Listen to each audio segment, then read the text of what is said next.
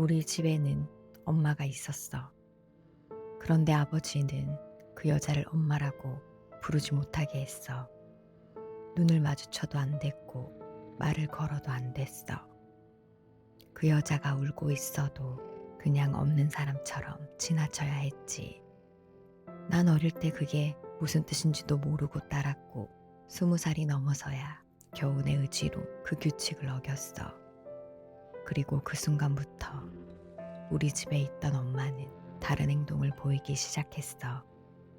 이 이야기를 끝까지 들으면 아버지가 왜 그럴 수밖에 없었는지 알게 될 거야. 내가 아주 어릴 때부터 우리 집에는 설명할 수 없는 분위기가 하나 있었어. 누가 하지 마라고 말하진 않지만 그걸 하면 큰일 난다는 걸 몸으로 아는 그런 거 말이야. 아버지는 늘 조용하셨고 표정도 없었어. 근데 내가 뭔가 잘못하려고 하면 말 대신 나를 쏘아보는 시선으로 대신했지. 그 시선은 그야말로 공기를 짓눌렀어. 숨이 막히고 온몸이 굳는 느낌이었지. 그래서 난 자연스럽게 규칙을 익히게 됐어. 우리는 엄마를 인정하지 않는다. 엄마는 진짜 사람이었어. 식탁처럼 단단했고 계단처럼 늘 거기 있었지. 매일 아침에 내려가면 엄마는 부엌에 있었어. 꽁무니 앞치마를 두르고 가스레인지 앞에서 요리하고 내가 오면 돌아서서 웃었지. 좋은 아침이야 아들. 근데 그 웃음은 항상 어딘가 슬퍼 보였어. 눈이 웃질 않았거든. 그리고 나는 늘 그랬어.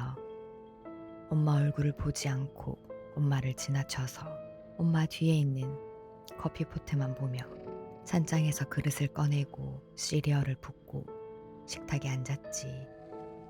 아버지는 이미 식탁에 앉아 계셨지만 신문으로 얼굴을 가린 채 한 번도 고개를 들지 않았어. 엄마는 작게 한숨을 쉬고 식탁에 세 번째 접시를 올려놨어.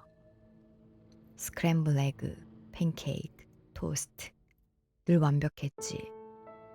근데 아무도 손대지 않아서 그대로 식는 일이 일상이었어. 우리는 말없이 먹었어. 숟가락이 그릇에 부딪히는 소리, 신문 넘기는 소리만 집안에 울렸지. 엄마는 자기 자리에서 손을 무릎 위에 얹고 우리를 봤어. 마치 언젠가 우리가 다시 자기에게 돌아올 거라는 희망이 남아있는 사람처럼. 가끔 엄마가 말을 꺼내기도 했어. 오늘 비 올 것 같아. 우산 챙겨. 아버지는 신문을 한 장 넘겼어. 그 바스락 소리가 이 집에서는 조용히 해 같은 말이었지. 나는 일부러 시리얼을 크게 씹었어. 아삭거리는 소리에 집중하면서 엄마 목소리를 내 머리에서 지우려고. 조금 지나면 엄마는 조용해졌고 표정에서 희망이 빠져나간 뒤 익숙한 슬픔만 남아 있었어. 저녁도 똑같았어. 엄마는 늘 제대로 된 밥상을 차렸어. 집안에 구운 닭고기 냄새, 빵 굽는 냄새가 퍼졌고 식탁엔 세 사람 몫의 접시와 수저와 냅킨이 가지런히 놓여 있었지. 아버지와 나는 앉았어. 엄마는 우리 접시에 음식을 덜어주고 앉았고 자기 접시에 음식을 담으며 조심스럽게 말을 건넸어. 오늘 회사는 어땠어? 아버지는 고기를 아주 정확한 모양으로 잘랐지만 대답은 없었어. 학교는? 오늘 시험이 있다고 했잖아. 난 고개를 숙이고 대충 중얼거렸어. 괜히 말이 길어질까봐 그냥 계속 먹기만 했어. 이건 연극이었어. 숨막히는 연극. 3명이 사는데 2명만 사는 척하는 연극 말이야. 나는 3사람의 집에서 살았지만 2사람의 세계에서 자란 거나 마찬가지였지. 어릴 땐 이상하다고 생각하지 못했어. 아이들은 이상한 환경도 원래 그런가 보다 하고 받아들이잖아. 근데 내가 20살을 넘기면서부터 이게 더 이상 그냥 우리 집 스타일이 아니라는 걸 깨달았어.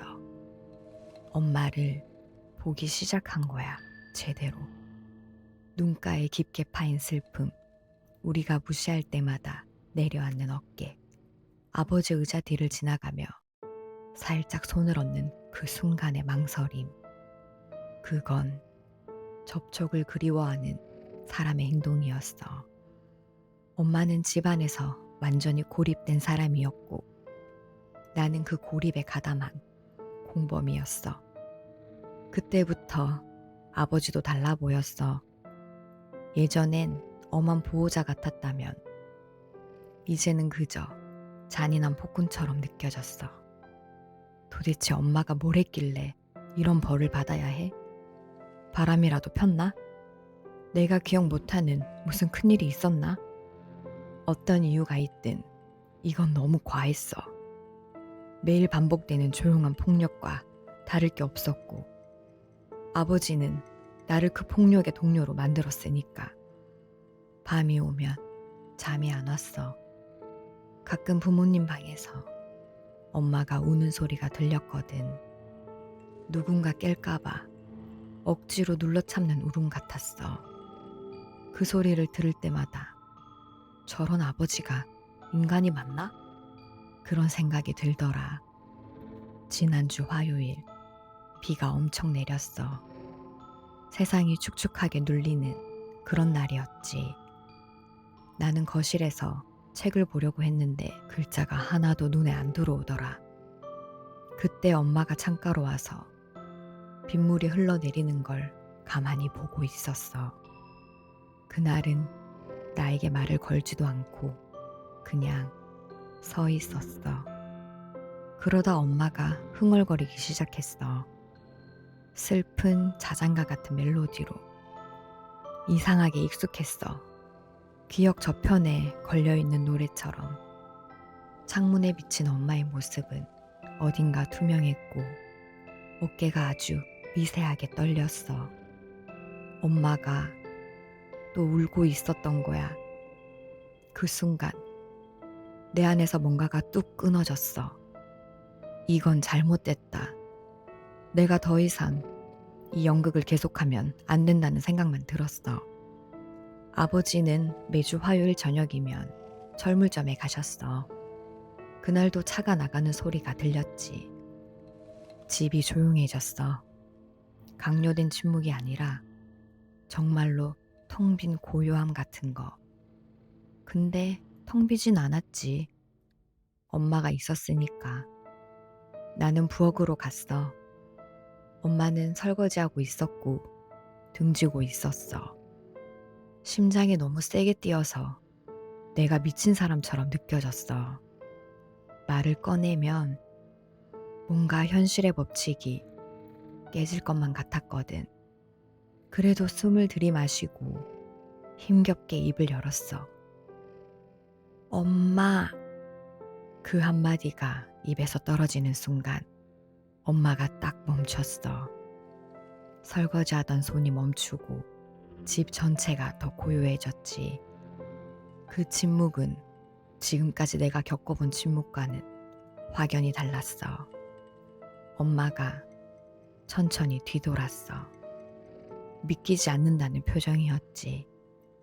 눈이 커져 있었고 눈물이 고여 있었어. 나를 보는 얼굴이 마치 기적을 본 사람 같았어. 너 나를 볼 수 있구나. 엄마가 속삭였어. 내 아들이 드디어 나를 볼 수 있구나. 나는 그 말이 이상했어. 무슨 말이야? 난 늘 엄마를 봤어. 매일 봤는데? 엄마가 살짝 혼란스러워하면서도 웃었어.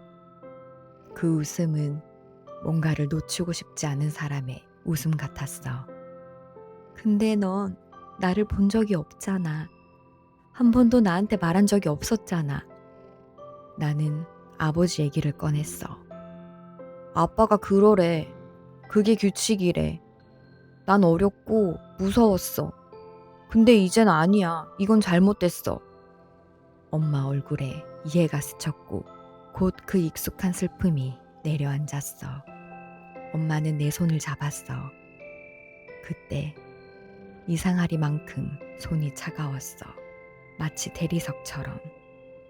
근데 잡는 힘은 분명히 있었어. 진짜 손이었어. 아빠는 힘든 사람이야. 엄마가 그렇게 말했어. 자기 나름대로 최선이라고 생각하는 걸 하는 거야. 그리고 조용히 괜찮아. 이제 괜찮아. 라고 했지. 엄마는 우리 둘만의 비밀로 하자고 했어. 이건 아빠한테 비밀이야. 나는 고개를 끄덕였어. 목이 꽉 막혀서 말이 안 나왔거든. 우리는 한참을 부엌에서 손을 잡고 있었어.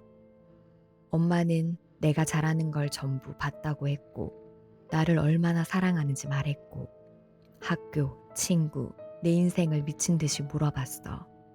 마치 수년치 사랑이 한꺼번에 터진 것만 같았어. 얼마 후 아버지 차 소리가 들렸을 때 우리는 동시에 긴장했어. 엄마가 내 손을 한 번 더 꽉 잡고 속삭였어. 우리 비밀? 엄마는 아무 일도 없었다는 듯 다시 설거지를 했어. 그날 저녁은 평소와 똑같이 조용했는데 이번엔 좀 달랐어. 엄마가 나를 봤어. 그리고 나는 엄마를 봤어. 말은 못해도 우린 서로 알고 있었어. 나는 처음으로 이 집에서 혼자가 아니라는 느낌을 받았어. 그 후 며칠 동안 아버지가 집에 없을 때마다 엄마랑 얘기했어.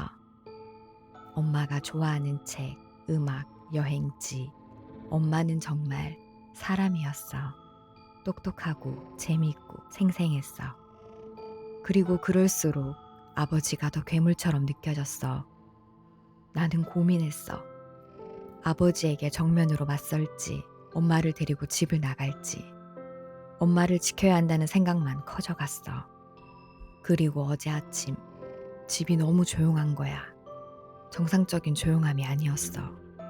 커피 냄새도 안 나고 부엌에서 들리던 소리도 없고 아버지가 틀어두던 라디오 소리 역시 없었어. 내려가 보니 부엌은 텅 비어 있었고 커피포트는 차가웠어. 신문은 현관 앞에 그대로 있었지만 집안 어디에도 사람은 없었어. 나는 집을 전부 뒤졌어. 아버지도 없고 엄마도 안 계신 거야. 차고를 확인했더니 아버지 차마저 없었어.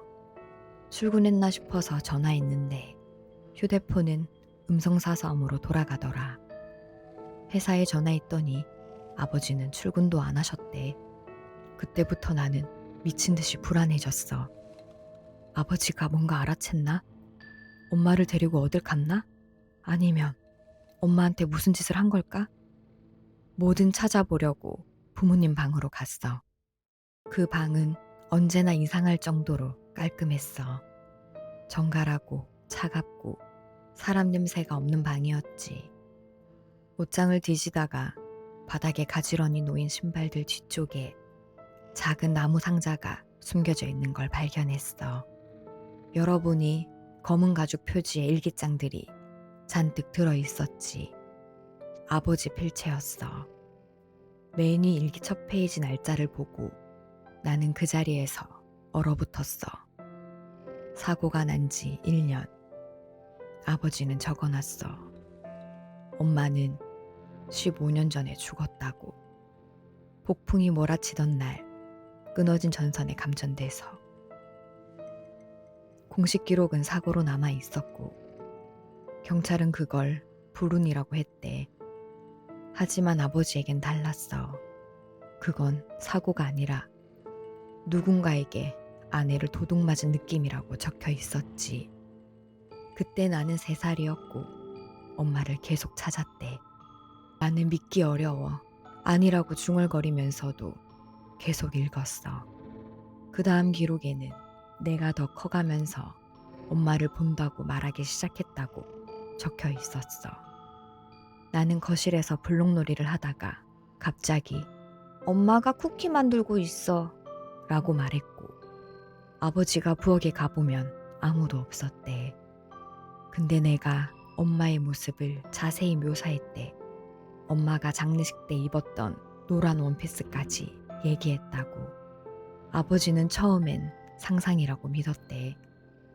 근데 시간이 갈수록 이상한 일들이 쌓이기 시작했대. 아무도 없는데 엄마가 쓰던 향수 냄새가 나고 시야 끝에서 뭔가 지나간 것 같고 그러다 한 번은 내가 방에서 엄마랑 얘기하고 있을 때 아버지가 문 밖에서 자장가를 들어버렸대.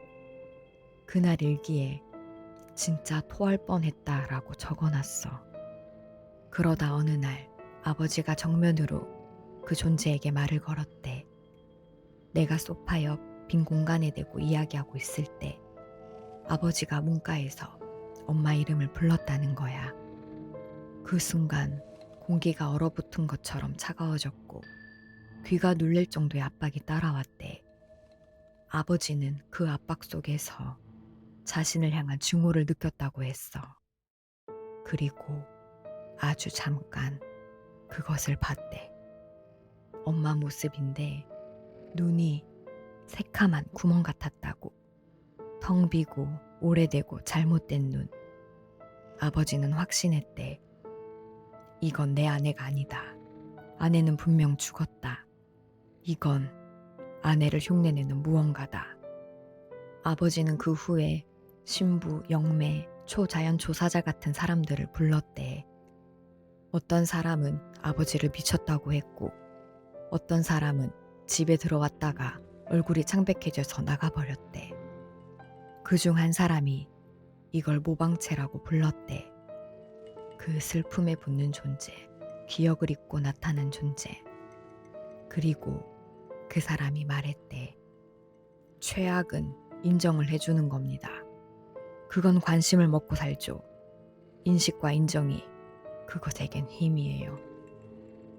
즉, 우리가 엄마라고 부르는 순간 그건 더 단단해져서 아이에게 달라붙고 결국 아이마저 잠식할 수 있다고 했대. 그래서 아버지는 결론을 내렸지. 그것을 숨겨야 한다. 없는 것처럼 만들어야 한다. 보지 말고 말하지 말고 인정하지 말아야 한다. 아버지는 일기에 이렇게 써놨어. 잔인한 계획이다. 아들은 나를 미워할 것이다. 하지만 미움받아도 좋다. 아들이 안전한 게 더 중요하니까. 그때 나는 손이 떨렸어. 내 기억 속 아버지의 차가운 규칙이 전부 나를 향한 보호로 뒤집혔거든. 나는 가장 최근 일기장을 찾았어. 손이 너무 떨려서 페이지를 잘 못 넘길 정도였지. 아버지는 지난주 내가 그 규칙을 깨게 될 걸 이미 알고 있었대. 내 눈빛이 흔들렸고 내가 죄책감을 품고 엄마를 보기 시작한 걸 아버지는 다 봤대. 그리고 내가 엄마라고 불렀던 그날 밤 집안 공기가 달라졌다고 했어. 뭔가 더 두껍고 더 많은 것이 충전된 공기. 그 존재가 더 선명해졌고 슬픔 대신 다른 표정을 하고 있었다고. 승리감. 아버지는 거기서 결심했대. 끝내야 한다. 그 모방체를 처음 경고해준 늙은 남자가 마지막 방법을 알려줬대.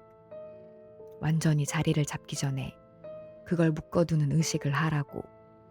근데 그 의식에는 반드시 대가가 필요하다고. 닻을 묶으려면 또 다른 닻이 필요하다. 그리고 아버지는 그 다음 문장을 이렇게 적어놨어. 아마 그 대가는 내 목숨일 것이다. 자신은 이미 감옥 같은 삶을 살고 있고 아들에게마저 미움을 받게 된다면 차라리 여기서 끝내는 게 낫다고. 아들을 살릴 수 있다면 내 삶은 그걸로 됐다. 그리고 마지막 문장. 지금도 그 존재와 속삭이는 소리가 들린다. 사랑한다 내 아들아. 언젠가 네가 이 모든 걸 이해하길 바란다. 그리고 용서해 주길 바란다. 그게 마지막이었어. 그래서 아버지가 떠난 거야.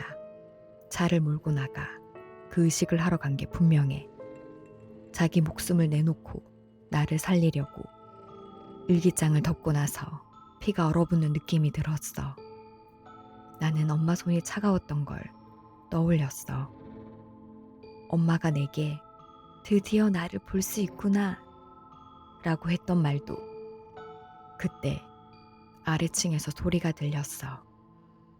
허밍, 그 슬픈 멜로디였어. 계단 쪽에서 삐걱, 바닥이 울렸어. 누가 걸어 올라오는 소리였지. 나는 본능적으로 방으로 뛰어 올라갔고 문을 잠갔어. 잠금 소리가 집안에서 유독 크게 울렸어. 지금 계단을 오르는 발소리는 예전 엄마의 발소리가 아니야. 느리고 무겁고 무게가 있어. 그건 이제 강해졌어. 내가 엄마라고 인정해 버렸으니까. 문 앞에서 갑자기 허밍이 멈췄어. 아들? 목소리는 엄마 목소리였어. 너무 달콤하고 끈적하다 못해 피부에 들러붙는 것 같았어. 거기 있니? 아침에 일어났더니 집이 비어있길래 너무 걱정했어. 나는 벽에 붙어 숨을 죽였어. 그것이 문 밖에서 말을 이었어. 아빠랑 통화했어. 거짓말이야. 아빠는 사라졌어. 미안하대. 그동안 우리 떨어뜨려 놓은 거 잘못했다고 다 얘기했어. 내 머릿속이 비명을 질렀어. 거짓말, 거짓말, 거짓말이라고. 아빠가 며칠 혼자 있고 싶대. 대신 우리 둘이 시간을 보내라는데 너랑 나 좋지 않아? 침묵했어. 나는 숨을 참고 가만히 있었어. 제발 내가 없는 줄 알고 그냥 가버리길 바라면서. 그때 문 밖에서 나를 달래듯 부드러운 목소리가 들렸어. 거기 있는 거 다 알아, 아들. 잠깐의 정적 뒤에 다시 이어졌어. 문 열어줘. 맛있는 도시락 싸줄게. 내가 예전에 해줬던 것처럼. 그 순간 나는 확신했어. 내 기억 속 어디에도 엄마가 나에게 도시락을 싸주던 일은 없었으니까. 이건 엄마가 아니야. 문고리가 움직였어. 처음엔 살짝, 그 다음엔 더 강하게. 딸칵, 덜컹, 딸칵. 문 주변 나무가 끼익거리며 버티는 소리가 났어. 나는 휴대폰을 꺼냈어. 지금 이 상황을 누구에게 설명해야 할까? 우리 엄마는 15년 전에 죽었는데 지금 문 밖에 있어요. 이렇게 말하면 구급차가 오려나? 근데 상관없었어. 이건 진짜였고 나는 죽기 싫었거든. 나는 911을 눌렀어. 911입니다. 어떤 긴급 상황이죠? 나는 최대한 소리를 낮춰 속삭였어. 집에 침입자가 있어요. 저는 2층 방에 잠겨 있고요. 문 밖에 있어요. 침입자 특징을 말해줄 수 있나요? 그건 차마 대답할 수가 없었어. 저 못 봤어요. 그냥 소리만 들려요. 상대는 잠깐 멈추더니 출동 중입니다. 통화를 계속할 수 있겠어요? 라고 했어. 그런데 더 이상 말을 하면 안 될 것 같아 전화를 끊었어. 그리고 이상하게도 전화를 끊자마자 문 밖의 소리가 바로 멈췄어. 마치 그게 내 통화를 다 듣고 있었다는 것처럼. 그 침묵은 더 무거웠어. 911이 올 때까지 기다리는 수밖에. 곧 다른 소리가 들리기 시작했어. 문을 긁는 소리긴 했는데 손톱 같은 게 나뭇결을 따라 천천히 아래로 내려가는 소리처럼 들렸어. 그 소리는 꽤 집요했고 내가 결국 문을 열 거라는 확신을 가진 것처럼 들렸어. 지금 나는 이 방에 갇혀 있어. 곧 경찰이 오겠지. 근데 그들이 도착했을 때 문 밖에 아무것도 없으면 그들은 내가 미쳤다고 생각할 거야. 아버지의 일기를 발견할 거고 내 상태를 볼 거고 이 집 사람들 다 망가졌다라고 결론 내릴 거야. 그래서 난 이걸 남겨. 내가 오늘 밤 무슨 일을 당해도 누군가는 알아줬으면 하니까. 아버지가 왜 그 규칙을 만들었는지, 아버지가 왜 괴물처럼 행동했는지, 그리고 진짜 괴물은 사실 누구인지. 문 밖에서 또 소리가 나. 아주 느리게, 그러면서도 다정하게. 아들! 그리고 다시 긁는 소리가 들려. 이제 나는 알아. 우리가 왜 엄마를 인정하면 안 됐었는지, 그리고 내가 얼마나 큰 실수를 저질렀는지도. 이야기는 여기서 끝이 납니다.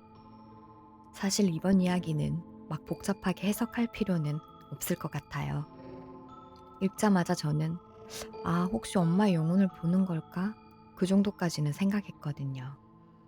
그런데 끝까지 읽고 나니까 그게 전부는 아니었네요. 아마도 죽은 엄마를 그리워하는 가족의 마음을 귀신이라는 존재가 읽어버린 게 아닐까 싶어요. 그리고 이때다 싶어서 이 집에 눌러붙은 거겠죠. 엄마인 척 요리하고 설거지하고 늘 곁에 있는 것처럼 맴돌면서요. 그 연기를 무려 15년 동안 이어왔다는 게 솔직히 너무 소름 돋았어요. 그래도 문득 이 정도 정성이면 제2의 엄마로 조금쯤은 인정해줘도 되지 않나? 그런 우스운 생각도 해봤습니다. 어쨌든 아버지의 입장은 어느 정도 이해가 갔어요. 짠하기도 하고 동시에 굉장히 공포스럽기도 했죠. 사랑하는 사람을 갑자기 잃는다는 게 얼마나 감당하기 힘든 일인지 저도 모르게 떠올리게 되더라고요. 그 상실감이 얼마나 오래 남을지도요. 이 이야기는 귀신 이야기이기도 하지만 죽은 이를 향한 상실과 그리움이 얼마나 위험한 틈을 만들 수 있는지를 보여주는 이야기인 것 같아요. 어쩌면 진짜 두려운 건 귀신 그 자체가 아니라 이미 세상을 떠난 사람을 끝내 놓지 못하는 우리의 마음일지도 모르겠네요. 오늘도 시청해주셔서 감사합니다. 이번 이야기가 마음에 드셨다면 좋아요와 구독 꼭 부탁드릴게요. 귀민의 틈 넘어 흘러오는 기록은 앞으로도 계속됩니다. 여기는 귀민의 비망록입니다.